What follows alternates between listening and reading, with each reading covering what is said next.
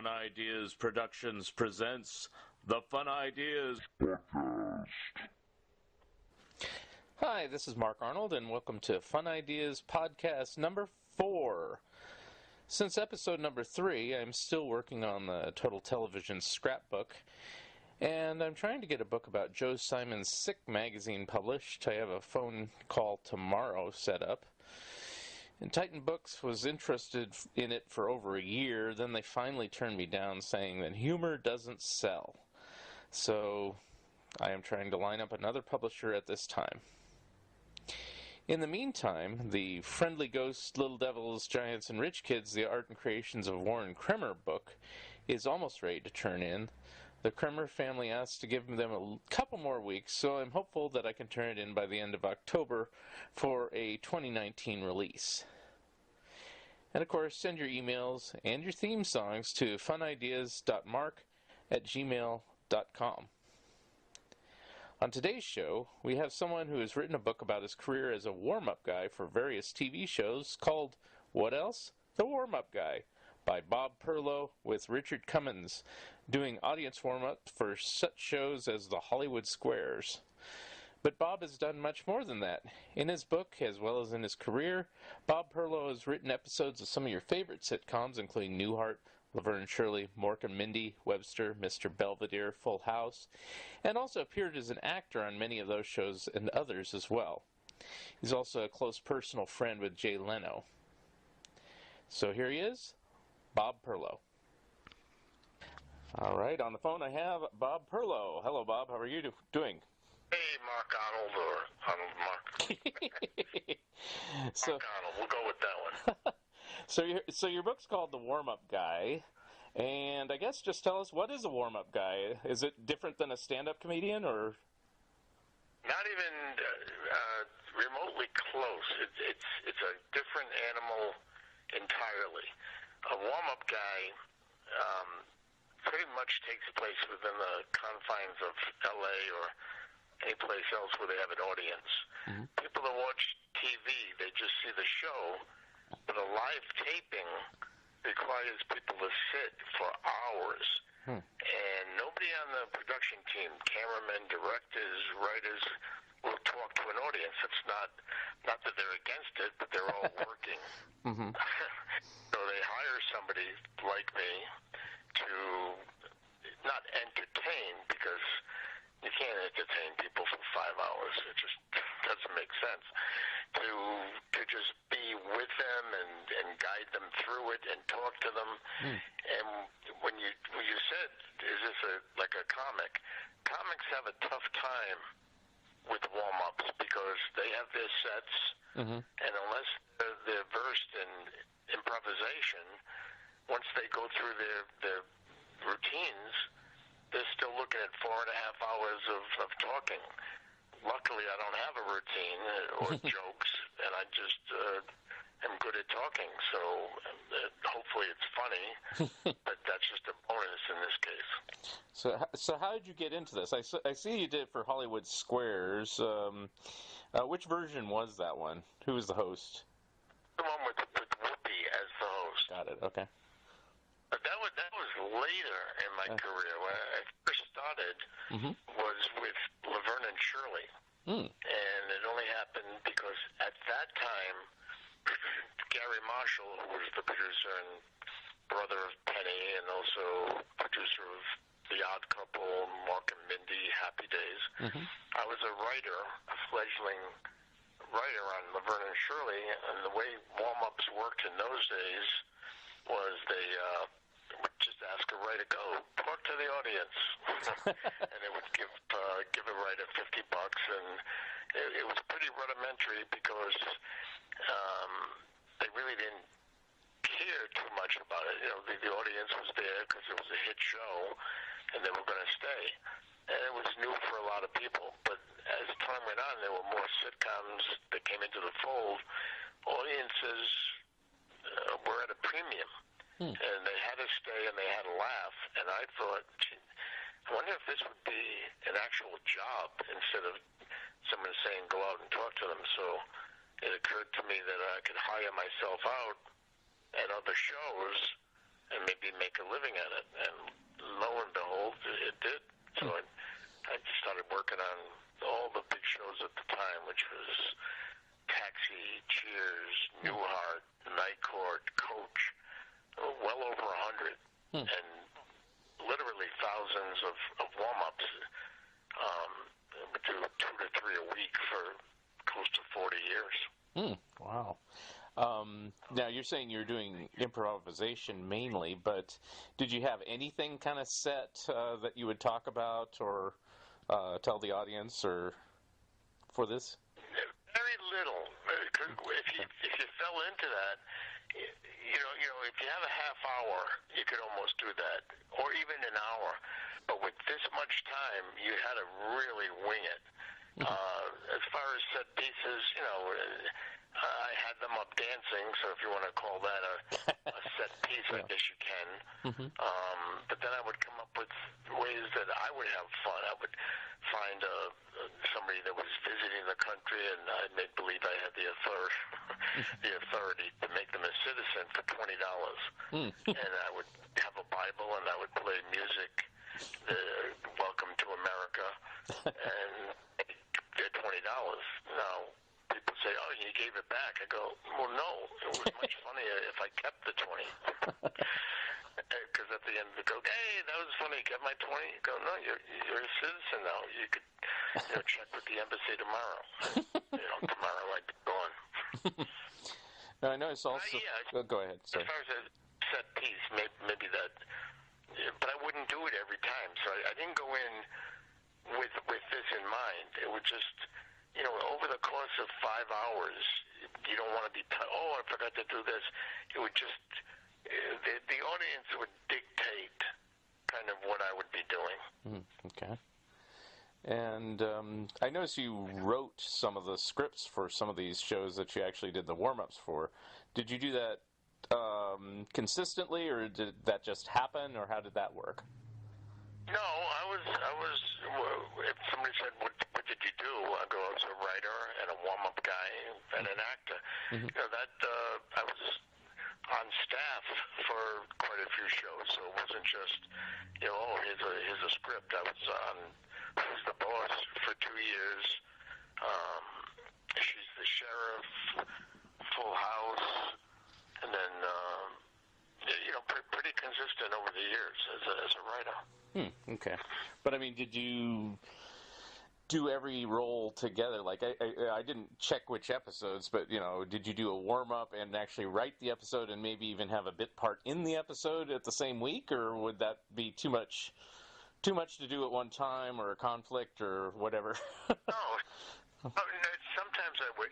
It would be difficult acting-wise, because if I left the audience and went down on the stage to act, it would be like leaving a substitute teacher going, I'll be right back, you kids behave.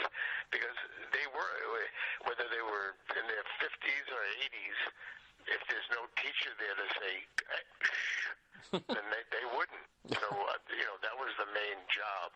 But if it coincided with me getting a part on that episode, I had to really be the substitute teacher that said, all right, listen, Mr. Perlow's going to be away for a little while. You behave. I'll be right there, and now I can see you, so be nice. As far as writing an episode, you do that at night when you're not doing the warm-ups, so that didn't conflict with, the writing and the warm-up would not conflict. Got it, okay. And is your style of warm-up similar to other people? Like, I don't know if you're familiar with Stu Showstack. He does a podcast, too, and he used to do warm-ups, too, way back in, like, the 80s and stuff like that. Did you all have your own style, or you all kind of do the same type of thing, or how does that work? I didn't look at other guys for that very reason. That I go, he's doing magic. This guy's doing a unicycle. This guy, I didn't want to know what they were doing, and consequently, I never. Plus, we all worked pretty much on the same night. Guys that are active today are telling me that they saw me, but I didn't have that ability because I didn't see anybody before I did it. I would have, So I'm not looking at it as, wow, we got to go watch Bob Perlow. No, they weren't working, so they would come and see how it was done. There was no one to see when I did it. I just had to make it up as I went along, and as I got further into it, that was working for me, so there was no reason for me to go check someone else out and, be accused of, oh, you took my bit. I had my own bit. From what I hear, people kind of borrowed for what I did. I was the first one to use music and have a not a disc jockey, but a music guy that had my music that would play appropriate, either little dings. If I was looking at someone and it was weird, he knew to put on the Twilight Zone. If it was America the Beautiful, when I was swearing somebody in. So going back to, did I plan anything? No, but if it came up, the guy that I hired would know where I was going with that particular bit. Now, is there ever a warm-up that you can think of, or maybe a number of them that didn't work just because of the length of time and the audience was just getting restless, or did you somehow manage to get the audience back in any case? I had a nickel for everyone that didn't work. I have 25, 30 cents. Yeah, when I say 5 hours, that was the norm. But others took, Friends was 8 hours. Yeah. 8 hours with the same crowd, with no food. It was a nightmare. But yeah, of course things didn't work, but you don't dwell on it. When you got that much time, you go, well, and you make fun of it. You go, not funny, huh? Oh, well, what are you going to do? Anyway, yeah. Really, it wouldn't be like a stand-up comic where you hear the crickets, you just keep on moving. They can't hit a moving target. Right. Now, I've heard over the years that, like, these sitcoms, I have never sat in an audience for a sitcom, but I've heard that over time it has gotten longer. You're saying 8 hours for Friends, and it's probably even impossibly long now. How do people put up with it? I mean, are they allowed to leave, or you said they couldn't eat, so, I mean, what do? They get really restless. They yell at me. It goes from they're happy to be there. Oh, look, we got tickets to Friends. This is so great. To they're looking at their watches. They go, wait a minute, it's an hour and a half in, and they're only in the second scene. So now they tolerate me. To 6 hours later, they hate me. Wow. As I would them. I mean, but you say, well, what do they do? It's my job to keep them there. And consequently, it became a lucrative business because I prided myself in the fact that I could keep them. Now, they tried to leave. I go, hey, where you going? And remember, I'm the only one with a microphone, so no matter what they said, you couldn't hear them. I go, where you going? Just go to the bathroom, and there'll be a couple. I go, well, okay, she stays here while you're gone. Well, they go, we're going to go eat. I go, nothing's open now. It's 10 o'clock. Sit down. So there were a million ways to handle it, but, if the audience emptied out, I would get, I wouldn't get hired again. Wow. Okay. Yeah. Now, do you still do audience warm-ups today, or is that just all in the past and what you talk about in the book? Oh, it's in the past, Mark. I'm living in Narragansett, Rhode Island. I ended up on The Tonight Show for 15 years. Okay. With Jay. Yeah. I was talking to your co-author Richard prior to this, and he was saying that you're roommates with Jay Leno. Is that correct? Yeah, we were roommates. So. Matter of fact,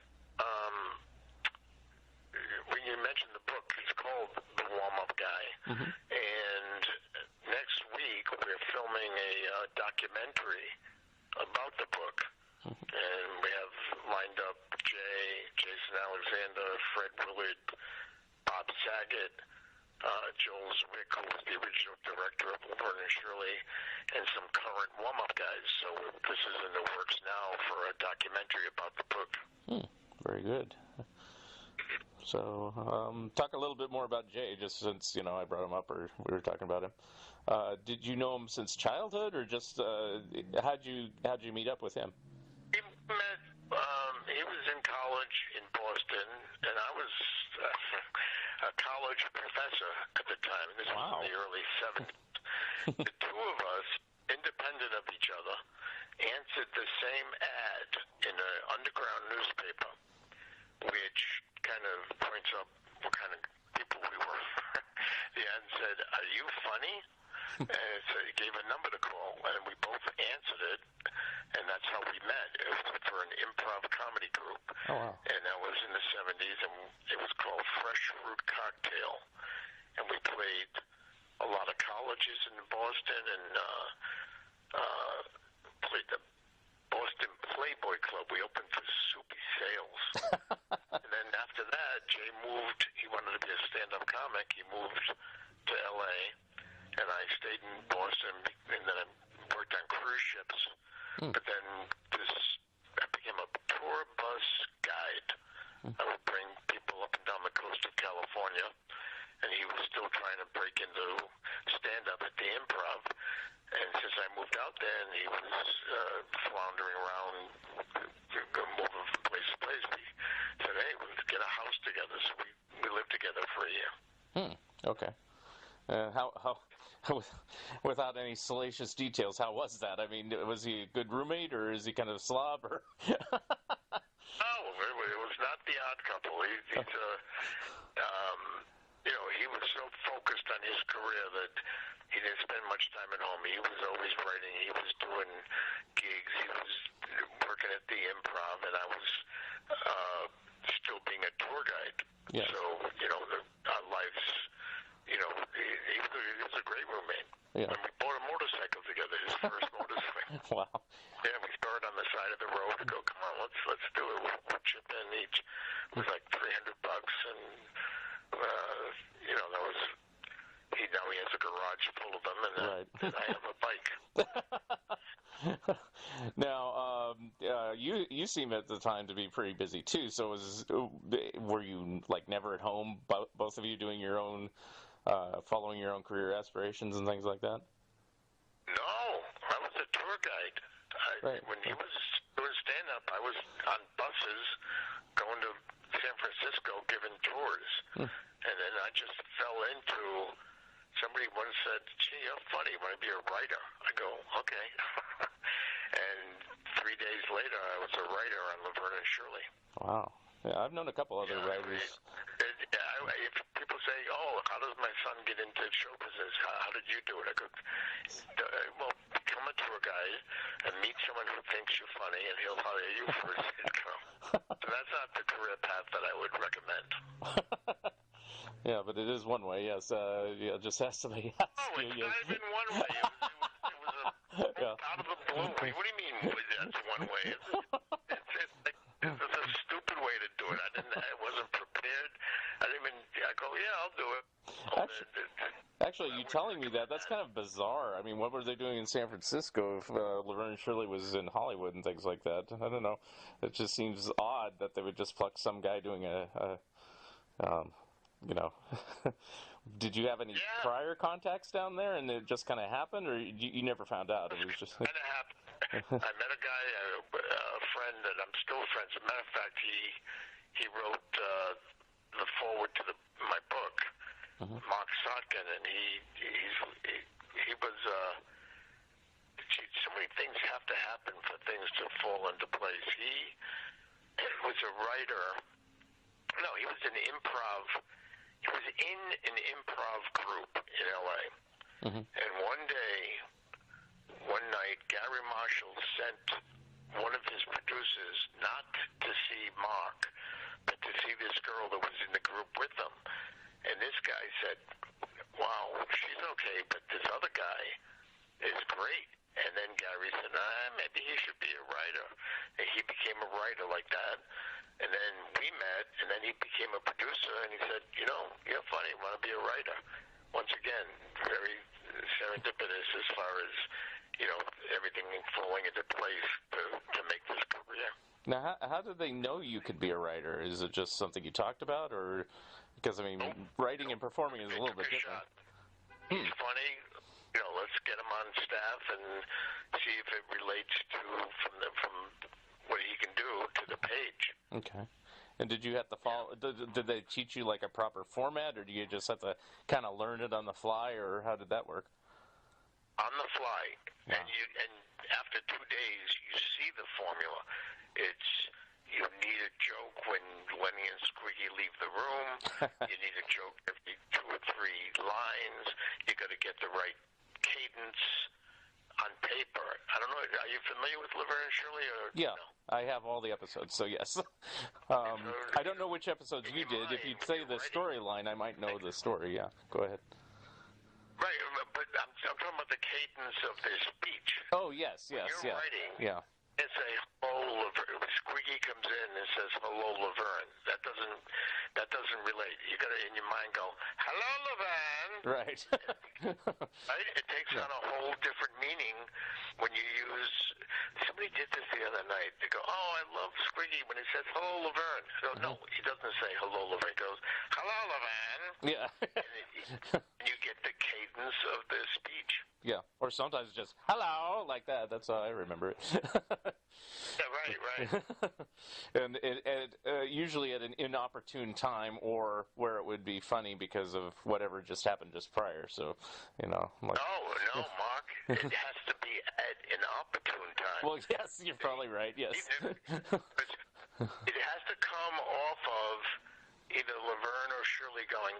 They're looking at a plate of food, and it's just a for instance, and it looks like mush, and she's going to say something like, "Oh, that is the most disgusting thing I've ever seen." Boom. Hello, Laverne. Yeah. Yep. So it comes off of what she just said. It can't come in from out of the blue. Mm-hmm. Now is it when you say, is there a formula? That's kind of a formula, when you know that when do they enter and how do they leave. Mm-hmm. Those things are part of the formula. And every show, like when in Friends, when Matthew Perry, it just doesn't come out of the blue. That's not good. His rhythm. I forget the words that he used, but whatever it is, can it be any more Supreme Court? No matter what the words are, it's his rhythm. Right. Now, in writing these scripts, and the episodes are usually like 24 or 26 minutes long. Are the scripts about that many pages, or are they longer or shorter? How what's the format that you kind of use for writing something like that? It's tricky because if it's a show, now and we're talking about Laverne and Shirley, where they do a lot of physical comedy, that they go up and down the supermarket, and Laverne bumps into you. That takes time, as opposed to dialogue, which takes less time. So if a episode has a lot of physical comedy, then you have to factor that in as far as the page count. But it can fluctuate, and you should always go a little long because you can cut. If you're short, it's tough to fill once you started filming. And then on things like the physical action, I mean, how do you write that? Do you just say Laverne and Shirley do their thing, or how do you describe each action? Or you know who you did that with? I worked on Mork and Mindy for a few years. With Robin, that's what you would do. Mork sees it, and you kind of outline it, but you don't rope in Robin Williams. With Laverne, you go, okay, they take the card, they go down the aisle. She sees cereal, she puts it in, but then the whole thing falls on her head. And when it falls, Shirley comes around the corner, and she's holding milk. And now she spills the milk, and what do you have? You have cereal. Right. Again, this is 100 years ago. So, But with Robin, you would leave it more blank than you would with Laverne. Interesting. Does that make sense? Yeah, that's very interesting. Yeah. Now, did you just write scripts just as text, or did you actually storyboard it out, or a little of both? It's completely storyboarded out. You have meetings with the producer, and you do it almost beat by beat. Wow. So when you hand in your outline, not your script, but they have to okay the outline because, if you say, well, that they go to the store and they okay the store, now they're going to build a store on the set. So now it goes to props. They got to fill the store with whatever it is. If we're going to the supermarket, that they have to go out and buy tons of stuff to fill the shelves. If they're going to a resort, they got to build the room at the resort. If they're going to court, these are sets that have to be built. So it gets a little complicated, and they have to do all this ahead of time. Mm-hmm. Now, at this point, is your job done as a scriptwriter, or do they call on you every step of the way? It depends. If you're on staff, you're there and you're already working on next week's script, or they're working on your script. Mm-hmm. If you're a freelance writer, once you hand it in, you're done. It goes to the staff, and they're the ones that rewrite, and they have to rewrite because that's what they're paid for. Very, very seldom is a script not touched. And we're talking from the best writers in the business. It doesn't matter. Their jobs are to keep on tuning it, fine-tuning it, making it better. Now, I assume you've done both then, freelancing and being on staff, right? Right. So which shows were you on staff versus freelancing typically? Well, Laverne and Shirley, a show called Working Stiffs that nobody... Yeah, I remember that. Didn't that have Michael Keaton on it or something like that? Was it that? Okay, nobody but you. Yes, I'm a little bit of a TV nerd, so yes, especially when it's from 70s, 80s, 90s. Yeah. So. Wow. Yeah, that was my second job. Yeah. Michael Keaton and Jim Belushi. Yeah, Belushi, that's right. He's on it. I think I saw one of those. So. Yeah. Their father, who was the captain, I forget his name, Michael something, he was the one that said, "Be careful out there, boys, on L.A. Law." Oh, Michael Conrad? Yes. Look at you. Jeez. Anyway, he was their uncle, and he was the I think he owned the building that they were the janitors in Chicago, and that was Working Stiffs. And also, you know who else was in that? Paul Rubens, who's Pee Wee Herman. Wow. Lorna Patterson, who was the stewardess on Airplane. Right. Sang with the guitar, yeah. and guy from MASH, Battaglia. Anyway, not sure on that one. You and I will know that. So, okay, go ahead. So I was on the staff there. Who's the boss? She's the sheriff. The good time girl. So there was a lot of writing throughout my career, yeah. Mm-hmm. Now, did you actually, you talked about writing a script, making it a little bit longer is easier than shorter, but did you actually have to time it, or is that somebody else that would do that? I mean, did you write it for, like, commercial breaks and keep that in mind while you're doing it, or? Well, it's a page count. It's 40 some odd pages, and you're in good shape. Okay. New writers that aren't familiar with it, and if they made a mistake and came in with a movie length script, that would be the last one that they'll do. They just didn't do their homework. If you're going to get into the business, you should be reading as many scripts as you can. Right. But are the scripts, I guess I haven't seen too many scripts, but I mean, are they paced to, like, even on Laverne and Shirley, sometimes they have like a cliffhanger joke right before a commercial break, and then, come back to that, and the resolution is after the break. Did you have to pace it that way? So after 10 minutes, let's say, there was like this cliffhanger, as it were? Yeah, you'd be up till 2 in the morning around a table with food. With 8 guys in a room. It's called a button. You can't just end a scene. You got to go out on a button, which is a joke. And cliffhanger, not as important as a laugh. It should be compelling enough to have people stay tuned. Right. But the the more important thing is a laugh at the end of the scene. Mm-hmm. Now, did you It's usually 3 acts, so you need 3 big laughs. And then at the time, they had tags, which sometimes happens these days and sometimes really doesn't. Mm-hmm. But it doesn't. It's that little thing at the end of the show. After the last commercial, you come back. It does not tie up the show, right? Because the whole purpose of it is to lose it in syndication. Right.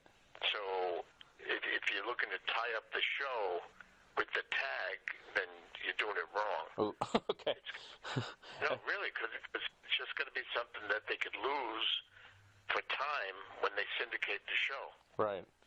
And that's what I was going to ask you about, but you kind of beat me to it, but that's okay. It's like I always called that, but tag is the proper term. I always call it the final punchline, as it were, of the episode. As a matter of fact, it says it on the script, tag. Okay. And they send you out, go write a tag. Now, there's also something called the cold open. Right. Which is important these days, because if you notice, if you watch TV today, which I don't know how many kids are watching it, they go right into the cold open, which is right into the show before the credits, before anything. Yeah. And that's important hook to get people. Yeah, a lot of times they don't even have credits anymore. I mean, like a theme or anything. Have you been watching TV this week? Not this week, but what's going on? I'm appalled at shows that are on. I mean, I'm looking and go, I'm a TV nerd like you.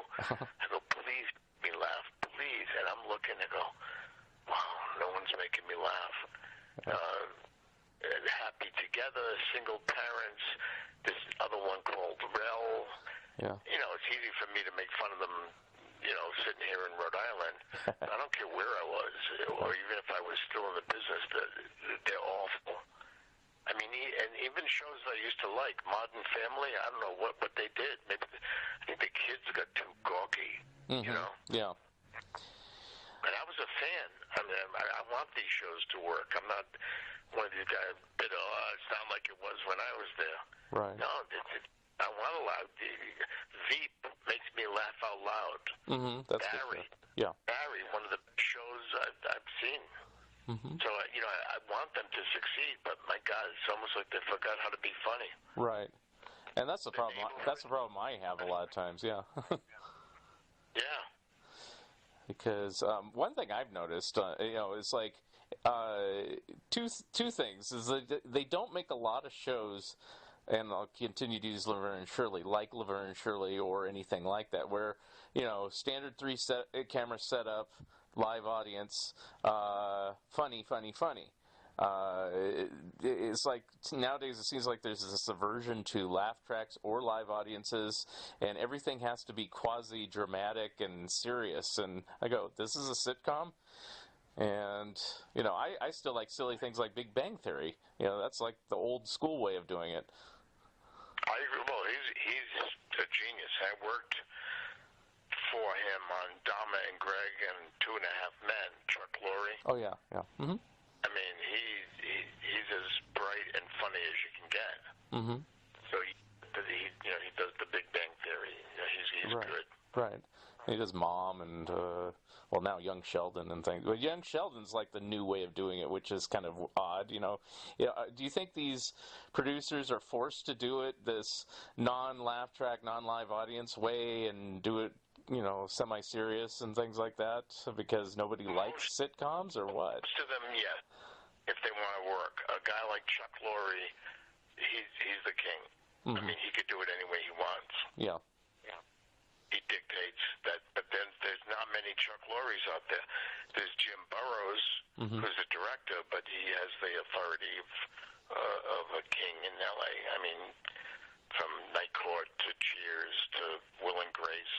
Mm-hmm. So he can do it the way he wants. But most of them, they hired guns. Mm-hmm. Who have you worked with over the years? You said Chuck Lorre, you said Gary Marshall, other people that have made different shows over the years that are of any renown? My friend Jeff Franklin, who did Full House and Malcolm and Eddie and hanging with Mr. Cooper and movies. We're still real good friends, but nobody that the public would really know. I mean, the names I mentioned, Gary and Chuck Lorre and Jim Burrows, other than them, it would just be, oh yeah, I think I saw their name in the credits, but there wouldn't be anybody that is tuned in that would know. So are you just completely out of the business now, or do you ever occasionally get called to write a script or do anything for television at this time? Well, I'm doing a one-man show where I talk about what we're talking about today, but just by accident, I took pictures of me with everybody I've ever worked with, from Laverne and Shirley, and videos when it was available. They didn't have cell phones, so otherwise I would have had videos of everyone. But I do a show where I talk about all my experiences. It's called Tales from Hollywood. So I go on the road. I did it on cruise ships. I'm doing a show in Boulder, Colorado. I wrote the book. And now with this documentary, it could be a whole new, adventure. Are you using some of the same footage from the one show to the documentary, or? Yeah, I have so much. I mean, I could do, hours and hours with the footage that I have. So I have to kind of cull it to whatever audience I have, because I got so much stuff that, we'd love you to do an hour. Then I have to look. I go, how can I make this down to an hour? Not how can I fill an hour? I mean, it just go name somebody, and I have a picture with me, and because I did 15 years on the Tonight Show, not only did I meet sitcom people, but politicians and sports figures. So I was lucky that, all these other warm-up guys, when I talk to them, they go, wow, you got pictures? I go, yeah.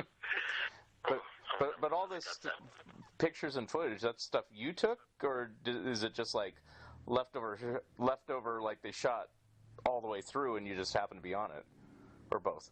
No, it's mine. Oh, okay. It's of me.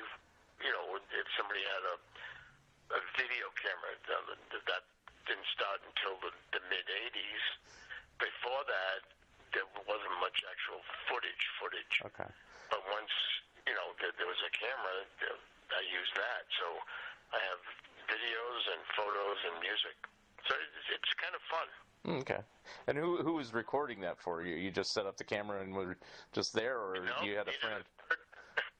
People go, oh, so you're going to, did you just, no, I needed not just a camera, but a third person to take the picture. Got it, okay. It wasn't a selfie, you go, hey, wait, boom, done. Yeah. When I go, oh, can I, you got us in the thing, take another one. So it was a pain in the ass for people to do it. Because, it's kind of unique. I mean, like I said, before we spoke, I just kind of thought you just were like a stand-up comedian, but you did it right before the show and just say a few jokes, and now here's the show, just to get people laughing. I didn't really understand what you did, so that explains it. Well, that's kind of what these guys that are doing a documentary said. They go, not only do people in America have no idea what a warm-up guy is. A lot of people in the business don't even know. They just see a show. They go, oh, the audience should just watch them. No, it's hours. And it's a little tedious.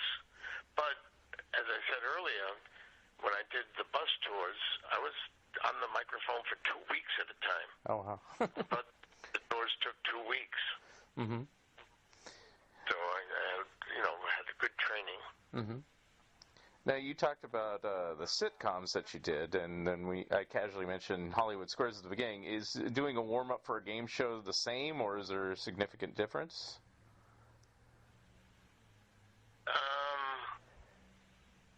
Significantly different, yeah, because most stuff is new. even though they're still there for a long time, it's not, you don't hear the words, okay, from the top, which is like death.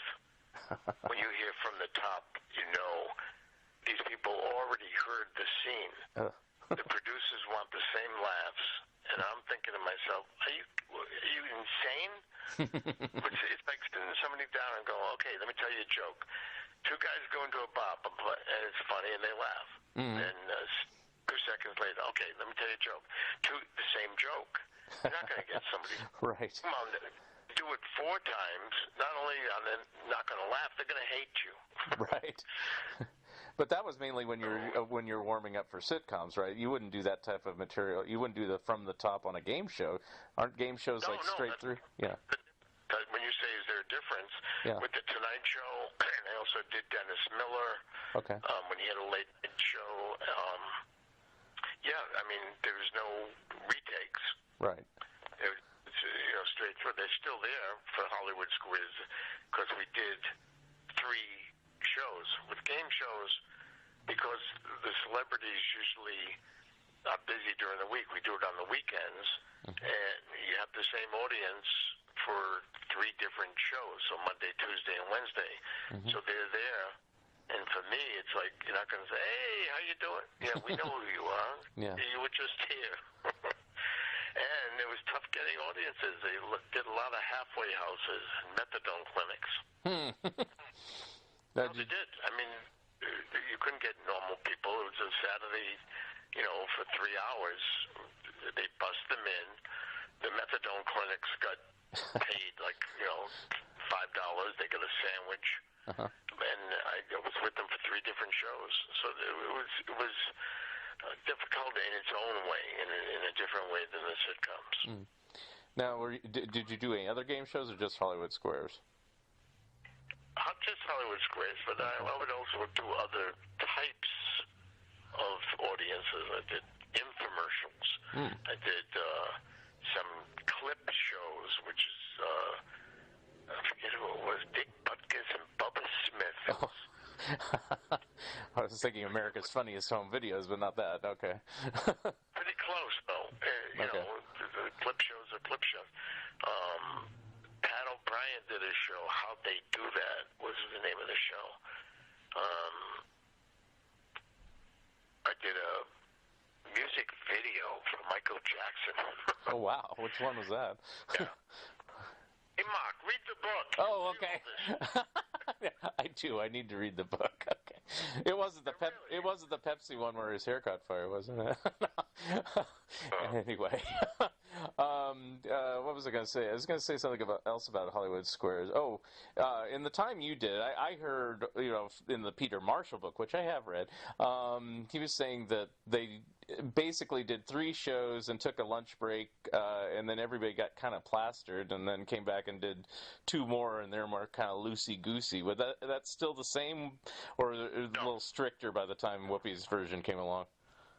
Yeah, it was, that was Paul Lynde days, and he was already, and he was, still the funniest guy in the world. No, but we'd be full because Whoopi, when she took it over, demanded that people ate pretty good because these were her friends. She would have Robin and Billy Crystal and use a lot of favors up. Yeah. So Wolfgang Puck catered the lunch. So we weren't drunk, but we were pretty full. Okay. I think I heard that. I listened to Bruce Valanche on Gilbert Gottfried's podcast, and yeah, he was talking about Wolfgang Puck providing the food and everything like that. For I'm telling the truth. Let's see.